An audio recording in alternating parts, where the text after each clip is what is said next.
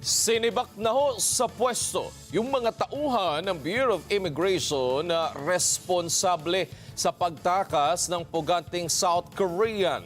Kunin natin ang kabuang detalye kay Mads Villar Moratilio. Mads!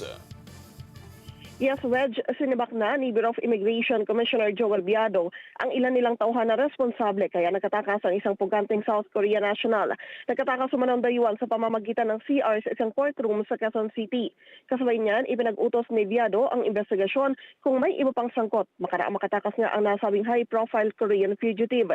Hindi umano niya kukonsentihin ang pagkakamali ng kanilang mga tauhan, anuman ang posisyon nito. Ipinag-utos din ni Biado ang manhunt operation para mahuli na ang nasabing pugante na sina Ikyon.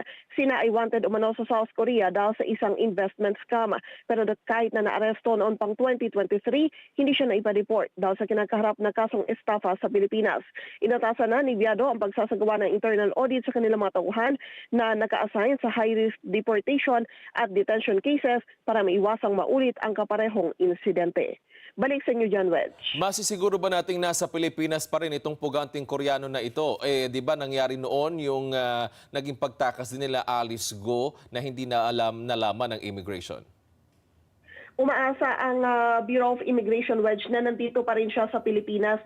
At ito yung pinakahuling update nila. May ipinakita silang CCTV footage na paglabas doon sa likod ng courtroom o ng gusali kung saan ginagawa yung kanyang hearing ay meron siyang sinakyan na van. So yun yung pagsisimulan ngayon ng ginagawang investigasyon ng Bureau of Immigration para mahanap yung nasabing dayuhan. Maraming salamat, Mads Villar Moratilio.